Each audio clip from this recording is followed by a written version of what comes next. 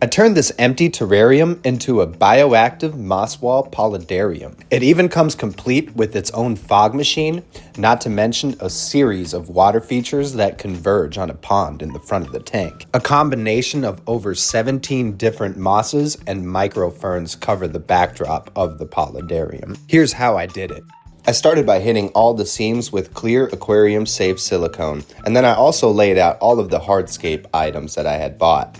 With a full assessment of my inventory done, I started to take some of the more prominent pieces and putting them where I think I might want them later on. I even ended up replacing the wooden bridge with a rock bridge. I also tested how the water would flow over this rock, since I already knew that was going to be a feature.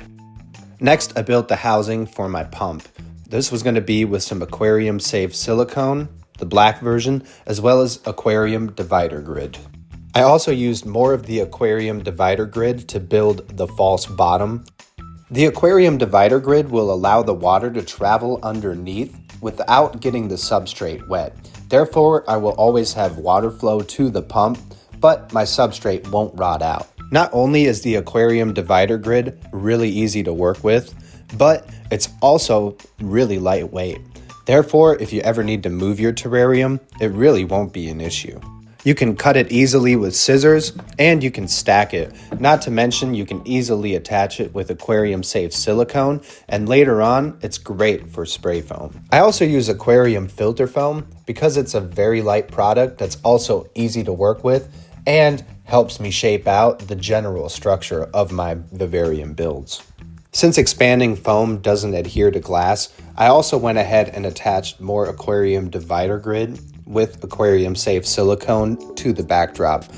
You don't really have to worry about being too precise with the silicone since all of this will be covered with expanding foam. This portion of the terrarium build is always one of my favorites because this is when the vision starts to come to life. You also start to really make improvements on the ideas that you had in your mind because you're always engaged in building the terrarium, and since it takes time, you come up with great ideas. Then you just have to trust the process and trust in yourself that you can get it done.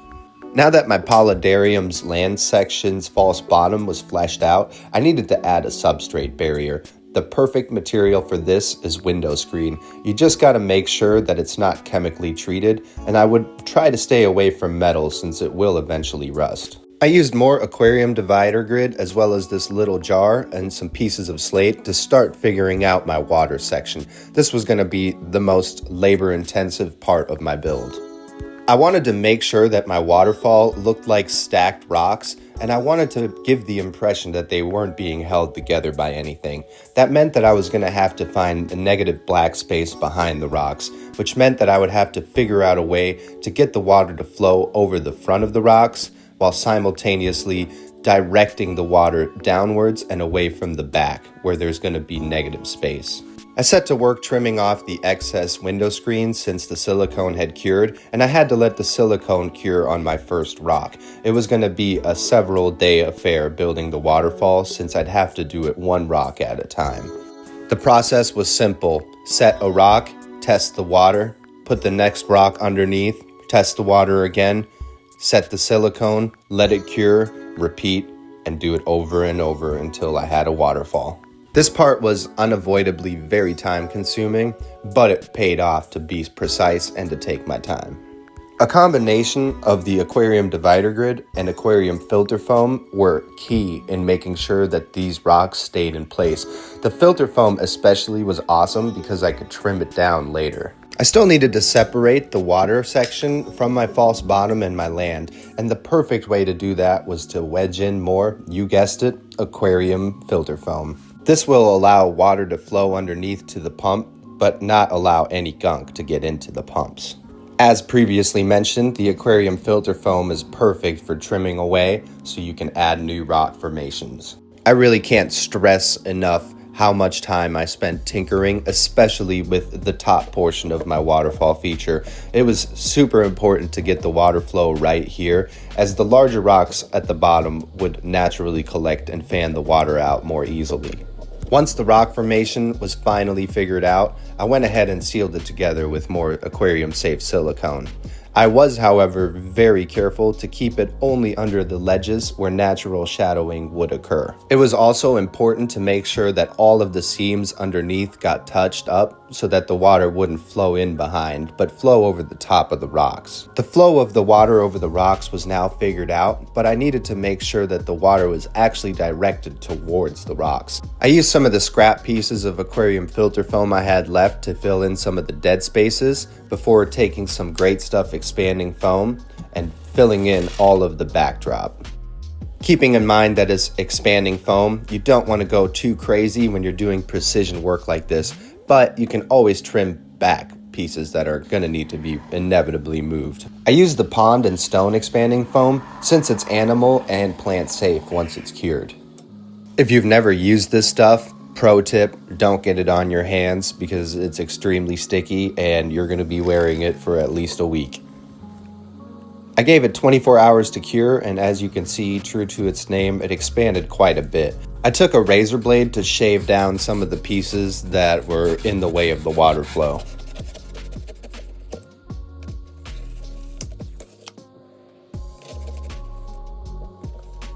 I also carved out the landing from where my water is going to be coming out of the water housing tower where the pump is going to be sitting.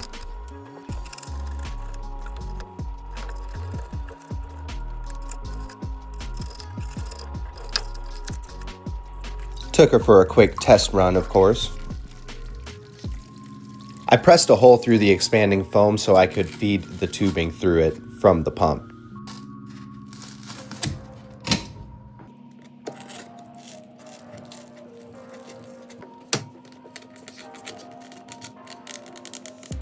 Once the pump was in place, I filled the paludarium false bottom with distilled water so I could go ahead and test the whole system in action. I filled it all the way to the top of the water line so I could get a good idea of how the water flows at maximum capacity. Seeing how the water flowed gave me some ideas, and it was at this point that I actually committed to ditching my wood bridge and building a water bridge made out of rocks. First, I had to address some of the water escaping underneath, but luckily expanding foam is literally made for this. I had a little bit more touch-up work to do on the redirection of the water flow, so I had to make a little bit of trim adjustments. Then I added more expanding foam. At this point, I would say I had 90% of my terrarium mapped out in my mind, and I also committed to adding a second pump since I wanted water to flow over this big rock, and I wasn't sure if I could get enough water across my water bridge. I also planted this dead tree made of spiderwood. I fed the tube across the backdrop, which would eventually be covered with expanding foam. I used another small glass jar as placement for where my fog machine would go. I used more aquarium divider grid to finish setting up the skeletal portion of my terrarium. I had tested a piece of flat rock that was perfect for transferring the water from one side to the other. When placed at a slightly downward angle, it was perfect and had the right shape to grab the water and use the water tension to direct the water across. I needed to make sure that the substrate wouldn't get into my water tower, so I added more aquarium filter foam to make sure that didn't happen. Then I also tested my water bridge, or the beginnings of it, I should say. It took me forever, but I finally found my keystone, the perfect rock that would sit and wedge between both of my rock formations and create the perfect water bridge. I opted not to attach it with silicone because I think it's just a really cool hidden flex to know that that rock is sitting there balanced perfectly. I'm definitely digging the way that the water looks over these rocks. The more shimmering effect of the water going across the rocks, the better. And this one was perfect because of the little ridges. If I flipped it the way that I did, the water would flow across it ideally. It gives the perfect amount of action and movement to the center of the tank, creating an awesome focal point. At this point, the hard part was pretty much complete. I added the fog machine, and of course, I went ahead and took that for a little test run. It was important to make sure that some of the water backsplash of the waterfall would drip its way into this jar. Otherwise, the fog machine will burn itself out. I had pretty much all of the terrarium design fleshed out in my mind at this point, and so it was time to go ahead and finish filling in the hardscape, using more aquarium filter foam to fill in those dead spaces. I repeated the process all over the tank, adding in scrap pieces of aquarium filter foam as necessary. I also added this little landing spot for where the water would flow from my other pump. The reason that I used the aquarium filter foam to fill in dead space is because it's lightweight, it allows moisture to flow through, and it also allows for any plants to potentially root their way through it as well. Not to mention, it's much cheaper than the expanding foam, and it gives great volume to areas where the expanding foam might not be able to bunch up. The final step was going to be to add a perimeter of cork bark around the top. This will help retain in some of the moisture. Not to mention, it's also great for growing moss and a great base for the bioactive life to take hold. Now it was time to go ahead and tie it all together with more expanding foam. I think all in all, it took me 2.5 cans of this stuff to get it done, but this is a pretty big build. Make sure you shake it well, and remember, this stuff is expanding foam, so it's going to expand. But don't be afraid to really lather it on thick, because you're gonna inevitably be able to trim it all down once it's cured.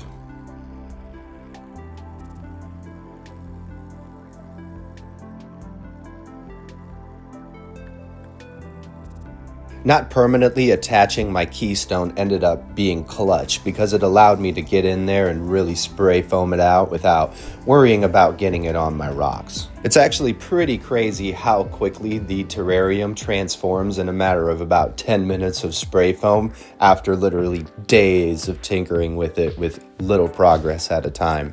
If you give it about 10 minutes, the foam will start to set a little bit, but will be real nice and sticky, and you can add solid items to it. I opted for this Hobbit home.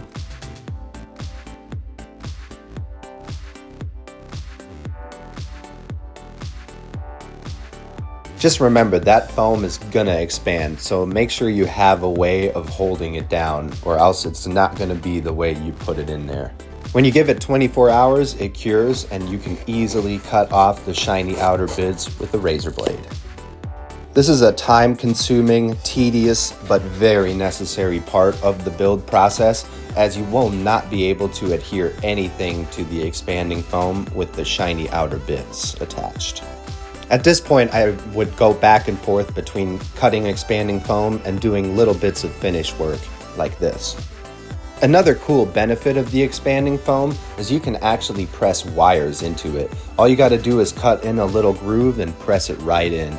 Then you can lather over it with aquarium safe silicone on a later step. This is when the terrarium really was coming to life, and I had a really good idea of what it would look like finished. I opted to use more expanding foam to build a last barrier between the water and land section. I also covered up that tubing with some more expanding foam. I somehow forgot to get it on video, but I also carved out a trench where I would have a meandering stream on the left side of the terrarium. I wanted it to have the same shimmer as the rock formations, so I used the same type of slate, just smaller pieces. I set down a thick coating of aquarium safe silicone, and then I pressed the rocks directly into it, and it turned out pretty good.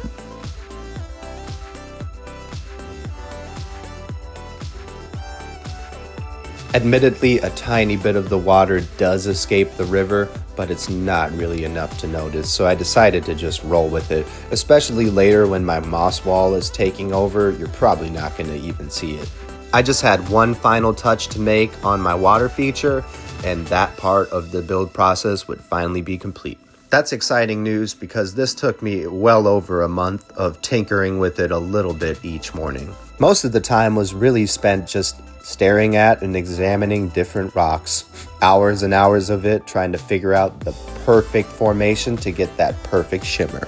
As far as my moss wall was concerned, I had to get the substrate for that prepared. It would be a combination of sphagnum moss and cocoa peat, and the way to apply it is to lather on a thick base layer of aquarium safe silicone.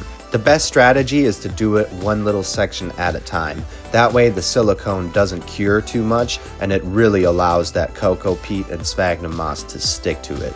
Don't be afraid to really lather this shit on thick. I'm talking like 10 tubes of silicone went into this entire build from beginning to end. More likely than not, once this is complete, your terrarium will look like a disaster zone.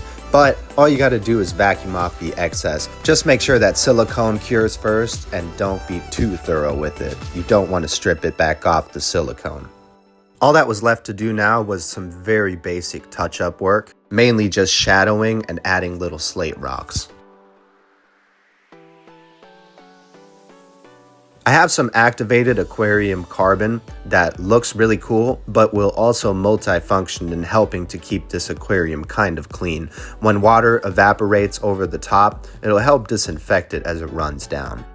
I added it to my water section as well. Please note, you don't want to cover all of your aquarium divider grid with that silicone though. I left spaces, especially under the rock formation, open to allow water to flow underneath. Just like the cocoa peat and sphagnum moss, once the silicone cured, I vacuumed off the excess. My hardscape was complete, but I was obviously missing plants, and I think I needed a little bit of animal life. I gave it all a solid week before adding any more water, so that way all the silicone could cure and the expanding foam could properly gas off. I didn't want to poison any potential animals or plants that would go in here.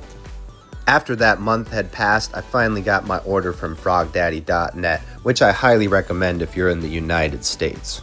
However, I also got some flightless fruit flies. These guys are actually for feeding my poison dart frogs, but I was running low on one of my cultures. I thought maybe you guys might appreciate watching these guys eat some of them. Figured it would be a nice little intermission. Here you can also kind of see what some of these terrarium builds look like when they're finished. Okay, back to business. The GOAT of all terrarium products on frogdaddy.net is by far his wet moss mix. This stuff right here is the ideal thing to use when you're building terrarium backdrops, especially moss walls. I threw in some crushed coral to add carbon to the water so the pH would be a little bit higher since I'm adding sherry shrimp to this later. I took distilled water and misted down my backdrop of sphagnum moss and cocoa peat. This would allow me to then attach some Amazonia aqua soil. I crushed it down into pulver form so it would stick to the sphagnum moss. This will help fertilize and give my moss wall a perfect start. Once I had a nice coating of fertilizer, I applied the wet moss mix. I had 2 cups of this stuff and I applied it on thick. The benefit of using the wet moss mix is it's a combination of over 13 different mosses and a bunch of microferns, and they will seek out the best micro environment in your terrarium. So you'll be ensured that the best suited plant is growing in the optimal spot in your terrarium. I also opted for this small terrarium plant package, and even though I wasn't 100% sure where to plant them, you really can't go too wrong with it since they're all high humidity plants. So I just kind of picked spots in my terrarium that I thought they would look cool. And admittedly, a couple of them didn't make it, but it shouldn't be a problem in the long run. I set down a nice base of ADA fertilizer anywhere that I put the plants, added the plants, and then threw in some more ADA as well as some horticultural charcoal. Then I topped it off with some Josh's Frogs ABG mix, which is perfect for bioactive terrariums. I threw down some more slate rock, and then I headed to my vampire crab terrarium to do a little bit of plant raiding.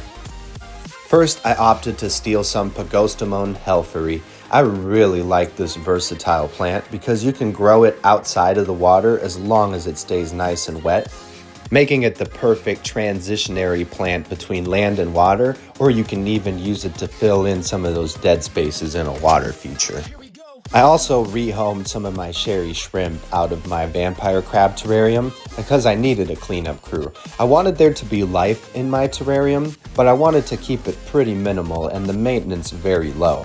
Since this terrarium was actually not going to be staying in my house, rather it'll be going to my girlfriend's tattoo shop. I think it'll be a pretty good spot for it, and I think with any hope it'll help people relax when they're getting their tattoos. However, this terrarium is going to need to get cleaned. and for that, I opted to steal some of my cleanup crew from one of my closed terrariums. This is a combination of orange and regular white tropical springtails that will eat all of the decaying plant matter, turning it into more fertilizer. I also decided to add a trio of assassin snails, mainly because they look cool and they will help control any potential breakouts of bladder snail infestations. I added some tourmaline balls to help with the snail and shrimp shell growth. A few weeks after the moss wall had been installed and started growing, I opted to go back to my vampire crab terrarium and steal a few more plants, mainly different patches of mosses that I thought would work well in my terrarium, mainly because I was getting kind of impatient. I'm sure if I just left it alone for a few months, the whole thing would grow in inevitably anyway, but my girlfriend's been pressing me to get this into her tattoo shop, and I've got to just bite the bullet and get it done. So I went ahead and sacrificed a few big patches out of here, and this stuff will grow back no problem. Since the terrarium is pretty vertical and the design was kept in mind to keep moisture in, maintenance is going to be pretty low. All you really got to do is mist this thing down thoroughly once a day, and maybe once every other week. Take a razor blade and scrape some of the algae off of the glass. But realistically, you won't even have to do that once the water cycles all the way and the shrimp and snails extract some of the nutrients from the water. Since the bioload in the water is being kept very low, and since the water that is being misted is distilled, no metals or any sort of contaminants are being added to the water. Therefore, water changes really are not necessary. I think it came out pretty good. Let me know in the comments if there's anything that you guys would change. Start to finish, this took about 4 months. Quick reminder, all product links are in the video description. Feel free to reach out to me via email or hit me in the comments with any questions. And please do hit that like and subscribe and check out my other videos. Thanks and have a great day.